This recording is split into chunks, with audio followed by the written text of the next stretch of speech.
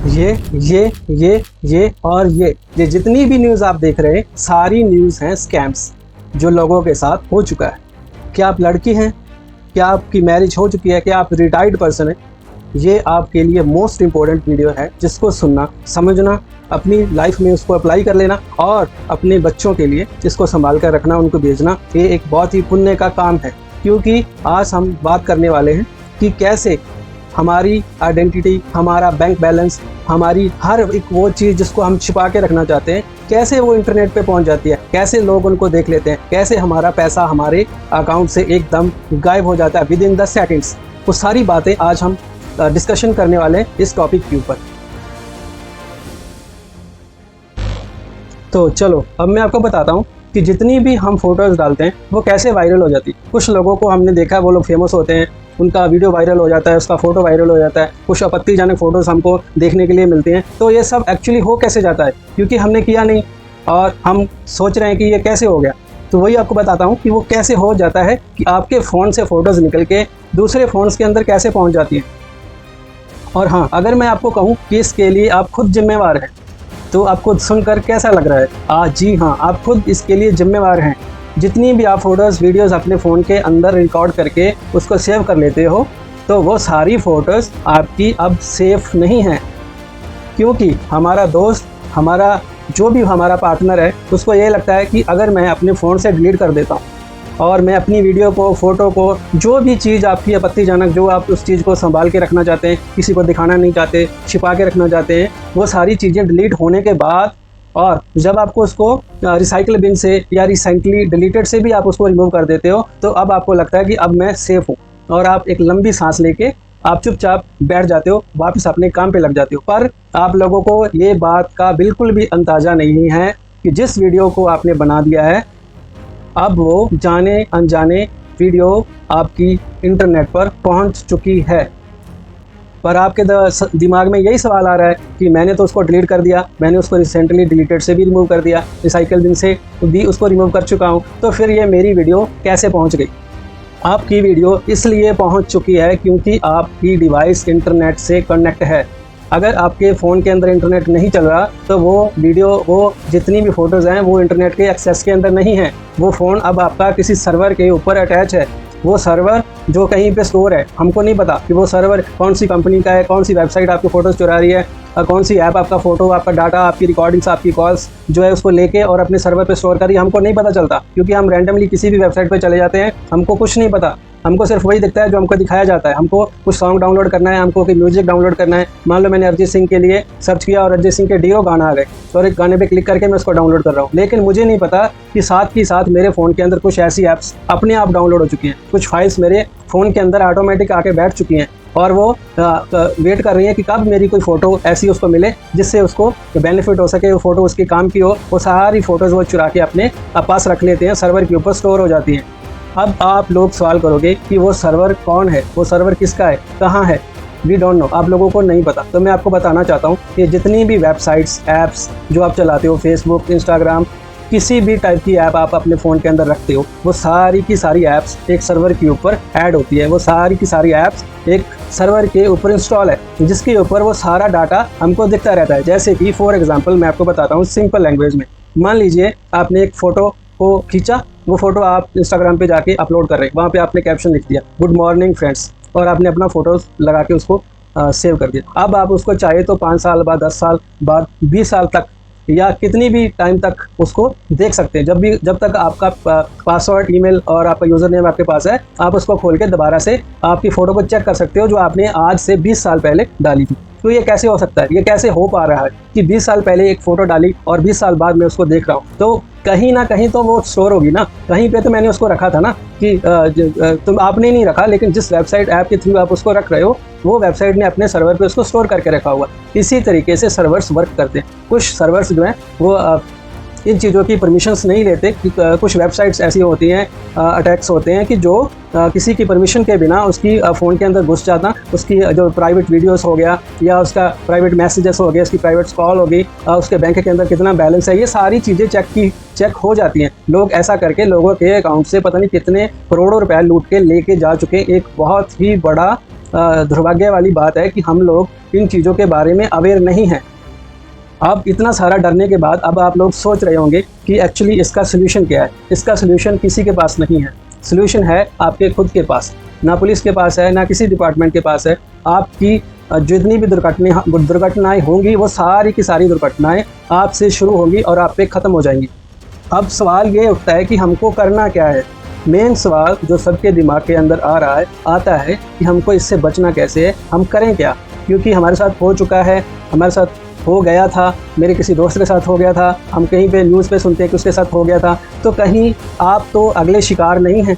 तो इससे बचने के लिए हमको ये वीडियो को लास्ट तक देखना है और इस वीडियो को आपके फ्रेंड्स के साथ, फैमिली के साथ, अपनी सिस्टर के साथ, फ्रेंड्स के साथ, जो लड़कियां हैं उनके लिए मेन उनको भेजना, ताकि उनको अवेयरनेस आ सके, उनको पता चल सके कि कैसे हमारी प्राइवेट फ़ोटोज़, हमारी आइडेंटिटी उसको गंदा किया जाता है, उसके ऊपर कुछ एडिटिंग करके उसको मिसयूज़ किया जाता है। बहुत सारी ऐप्स, टेलीग्राम या ऐसे बहुत सारे टेलीग्राम हो गया, किसी भी टाइप की वेबसाइट होगी, उनके ऊपर इसके लिए टेलीग्राम जिम्मेवार नहीं है। टेलीग्राम गलत नहीं है, वहाँ पर कुछ लोग वैसे बैठे हुए हैं जो अपने ग्रुप्स बना के वहाँ पे लोगों को मिसयूज़ करते हैं, लोगों को धमकी देते हैं, लोगों का डाटा मैनिपुलेट करते हैं, उसको लालच दे के उसको बोलते हैं आपकी लॉटरी लग गई है, लड़की को बोलते हैं कि आपकी जॉब लग चुकी है, आपका अपॉइंटमेंट लेटर आ चुकी है, आप इतने पैसे हमको दे दीजिए, आपका हम लेटर आपको सेंड कर रहे हैं, आप 400 रुपये पार्सल कर दीजिए। ऐसे करके लोगों के दिमाग के साथ खेल के, कहने का मीनिंग वही है कि इस खेल की शुरुआत आपसे होती है। जब आप खुद इस खेल के अंदर पैर डालते हैं तभी उनको मौका मिलता है आपका शिकार करने का।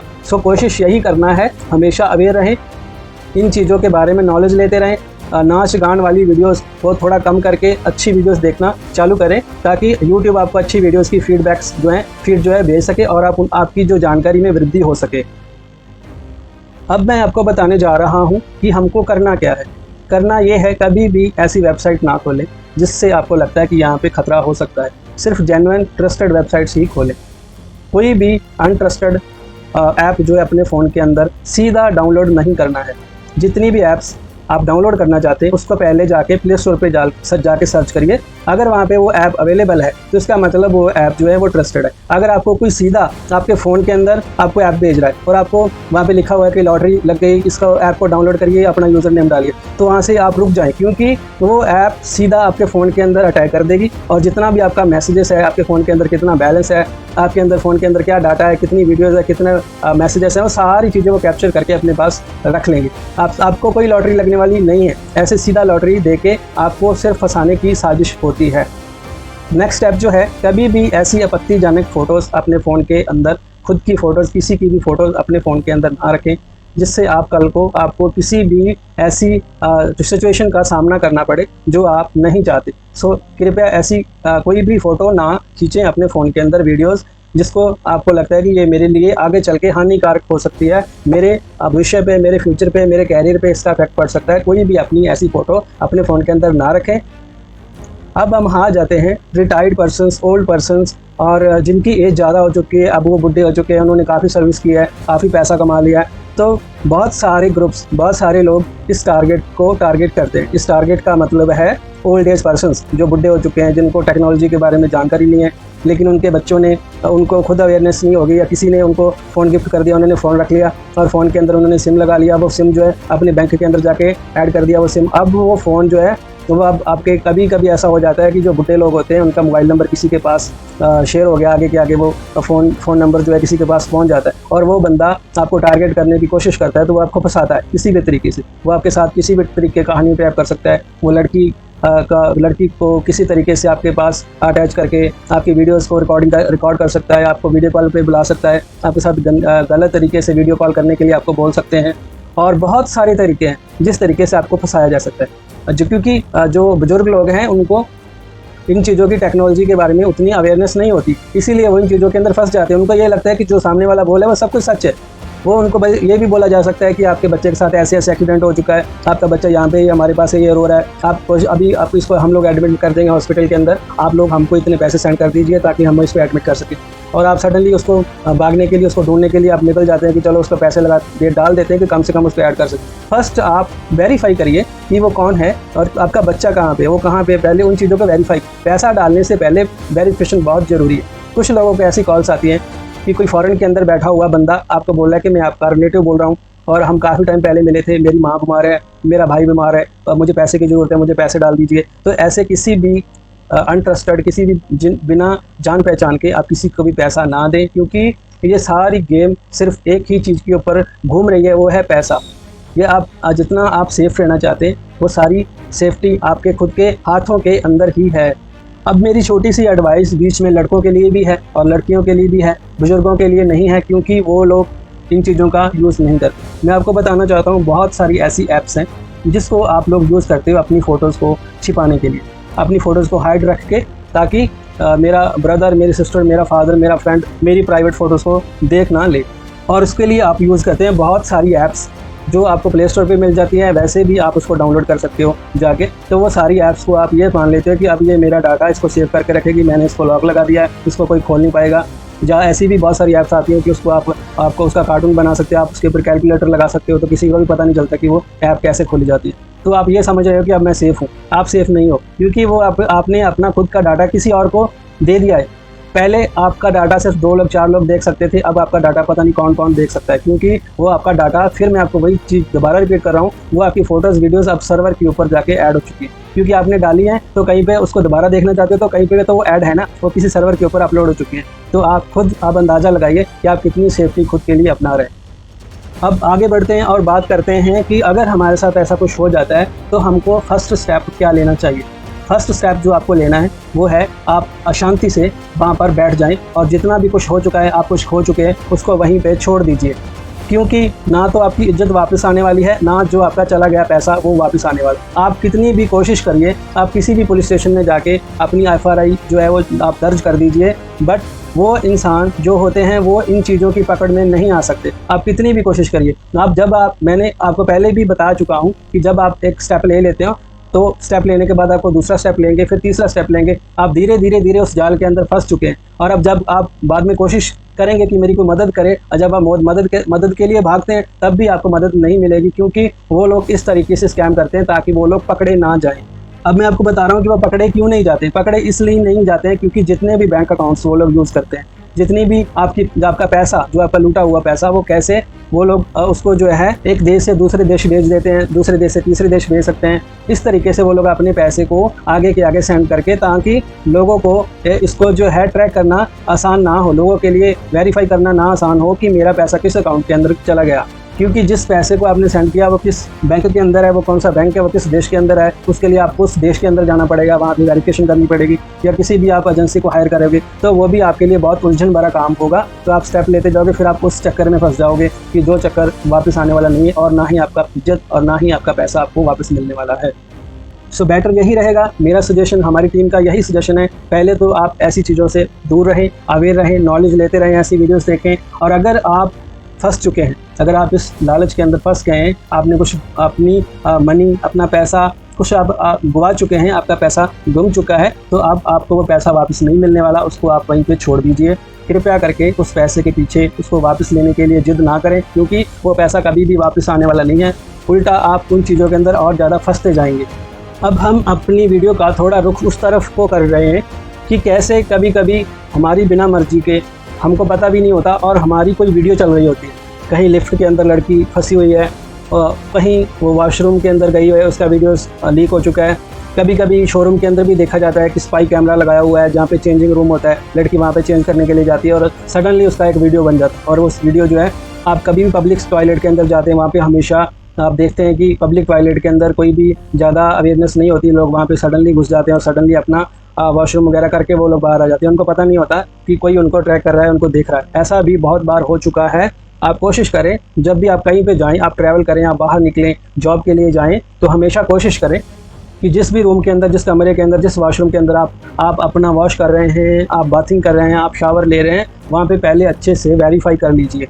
क्योंकि आजकल ऐसे भी बहुत सारे कैमरे आ चुके हैं जो दिखते भी नहीं है, वो जो मिरर होता है उसके पीछे उस कैमरे को फिट कर दिया जाता है, और आपको पता भी नहीं चलता कि आप उसके सामने कपड़े चेंज कर रहे हो, आप उस कैमरे के सामने आप कुछ भी कर रहे हो, आप रूम के अंदर क्या कर रहे हो, आप अपने कपल हो, आप पार्टनर के साथ हो, आप अपने पेरेंट्स के साथ में हो, आप अपने हस्बैंड वाइफ के साथ में, आपको कुछ नहीं पता चला, लेकिन आप उस रिकॉर्डिंग के अंदर रिकॉर्ड हो रहे हैं, आप कैमरे के निगरानी के अंदर बैठे हुए हैं, और सारी जितनी भी एक्टिविटीज़ आप कर रहे हैं वो सारी एक जगह पे रिकॉर्ड हो रही है, और उसको बाद में किसी भी आगे की आगे उसको सेल कर दिया जाएगा।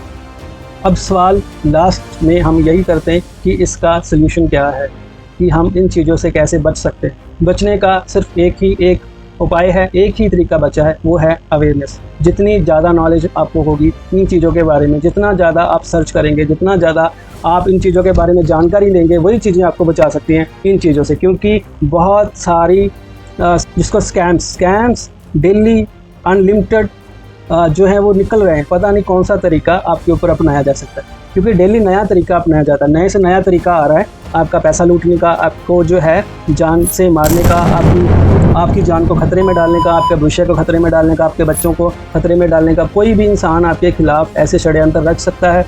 आप तभी बच सकते हैं जब आपको उन चीज़ों के बारे में नॉलेज होगी, ताकि आप उसमें पैर रखने से पहले अवेयर हो सके खुद के बारे में। उस चीज़ को हमेशा अवेयरनेस करते रहिए खुद के बारे में। उतना ही इंटरनेट पर डालिए जितना आपको लगता है कि जायज़ है। नजायज़ और अनलिमिटेड चीज़ें जो है एक्सेस में, वो इंटरनेट के ऊपर ना डालें, क्योंकि किस चीज़ का, किस फ़ोटो का, किस वीडियो का कहाँ पे यूज़ हो जाए हमको ये नहीं पता, और ना ही हम किसी को रोक सकते हैं। सो लड़कियाँ, और चाहे आप मैरिड वूमेन हैं, लड़के भी चाहे हैं या रिटायर्ड पर्सन हैं, आप हमेशा कोशिश करिए कि कभी भी किसी भी ट्रैप के अंदर ना पड़े। अगर आप पड़ चुके हैं उसको वहीं पे स्टॉप कर दें, साइलेंस हो जाएं, पीछे मुड़ जाएं, आगे बढ़ने की कोशिश ना करें। अब वीडियो के एंड की तरफ बढ़ने से पहले आपको बताना चाहता हूं, हमेशा अवेयर रहें, किसी भी अनट्रस्टेड वेबसाइट के ऊपर, लिंक के ऊपर क्लिक ना करें, और ज़्यादा से ज़्यादा इस वीडियो को अपने ग्रुप्स के अंदर, अपने फ्रेंड के साथ, बच्चों के साथ शेयर करें, ताकि वो भी इस जानकारी को प्राप्त करके अपनी लाइफ में उसको अप्लाई कर सकें। Because knowledge and awareness